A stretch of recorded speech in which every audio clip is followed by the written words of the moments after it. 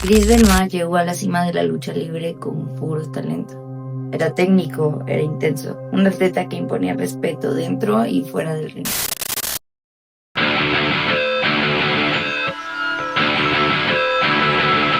Su carrera era un catálogo de éxitos. Incluso hizo que una de las bestias más grandes de la empresa, Brock Lesnar, se rindiera.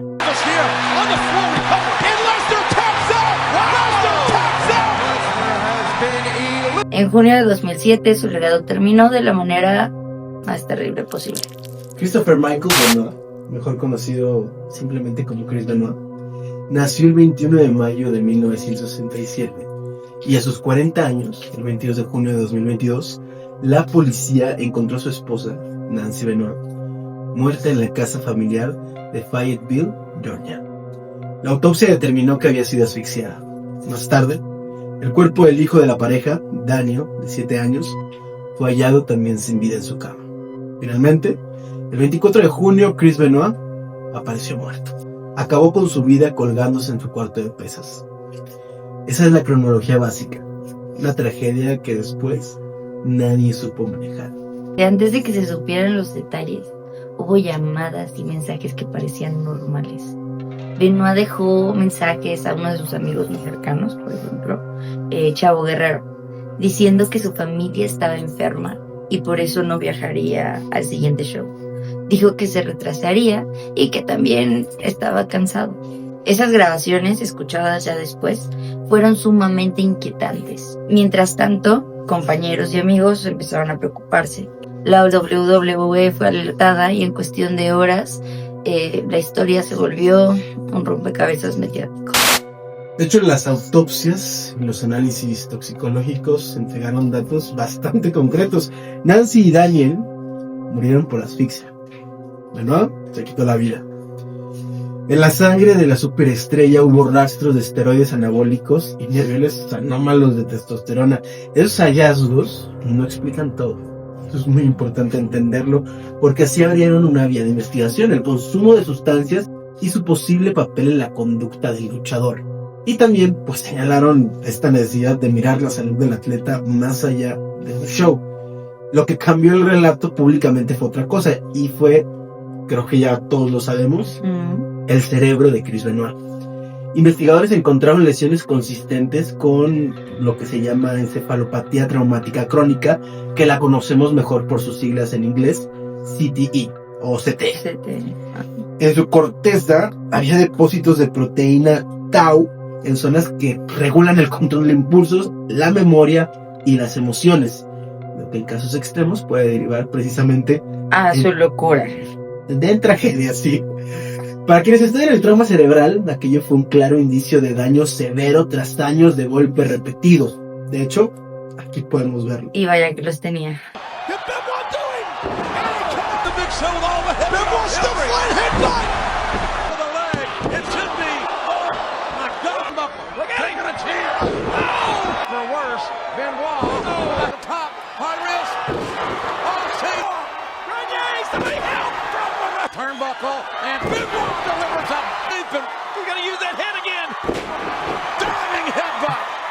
Pero sí, ofrecen un marco que nos puede ayudar a entender por qué la conducta pudo haber sido diferente a lo que su familia, sus colegas y el público conocían.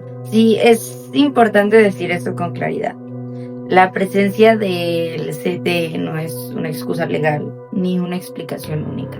La neuropatología muestra alteraciones que se asocian con cambios con el comportamiento.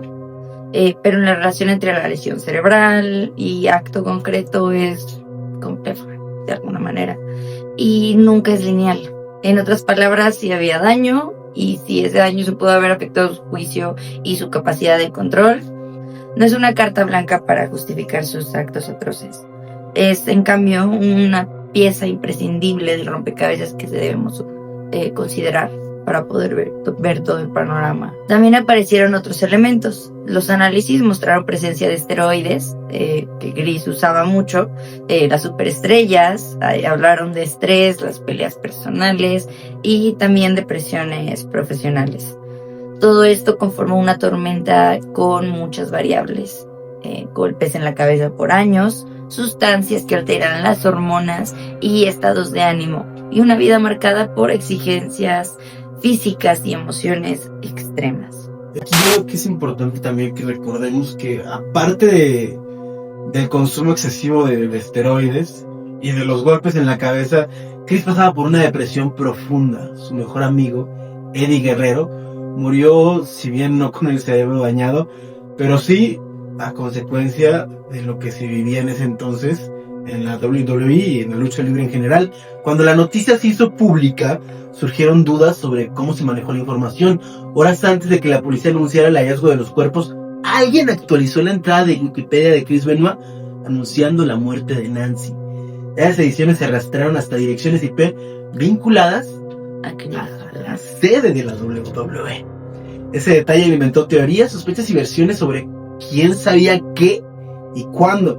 Y te cuento, no es un dato menor porque fue una evidencia de errores de comunicación y para muchos la apariencia de una compañía que intentaba controlar la narrativa. Algo que marcó la historia de Vince McMahon y su empresa por décadas, y no es que por todo su paso. La reacción de la WWE fue rápida y fue definitiva. La empresa retiró todo el material en el que Benoit aparecía, canceló los homenajes, eliminó el merchandising y en la práctica comenzó a borrar su historia en el catálogo oficial. En lo público, la WWE justificó sus decisiones, diciendo que era necesario respetar a las víctimas y a sus familias. En lo práctico, tomó la decisión de desligar la marca del nombre del luchador.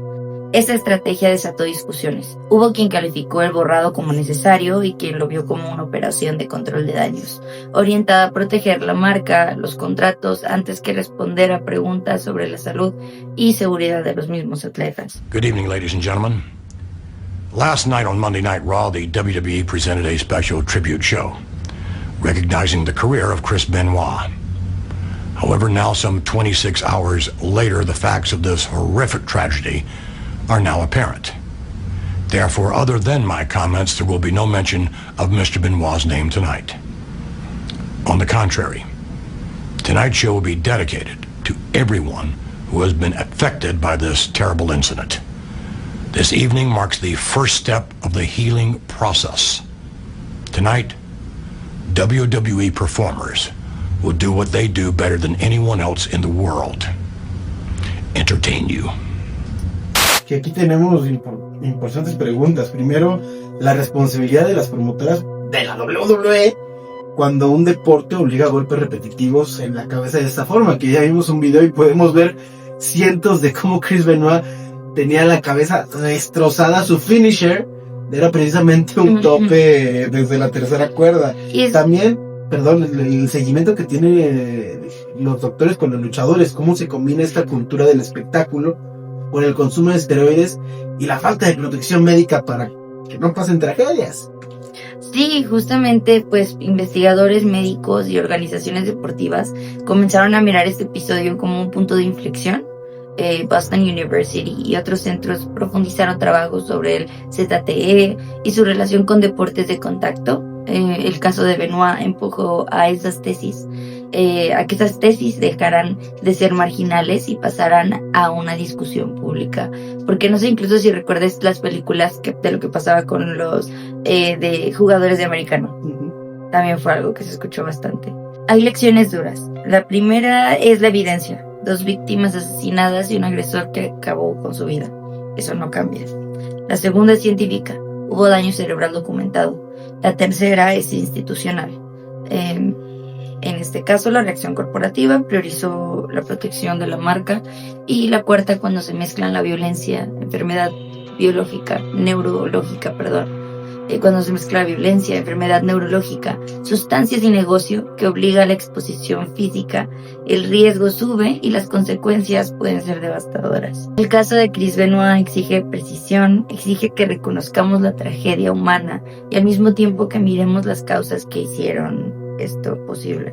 Si alguien necesita verificar cada afirmación, hay documentos públicos, reportes forenses, artículos de investigación sobre CTE o CTE, cobertura periodística contemporánea y declaraciones de la propia WWE.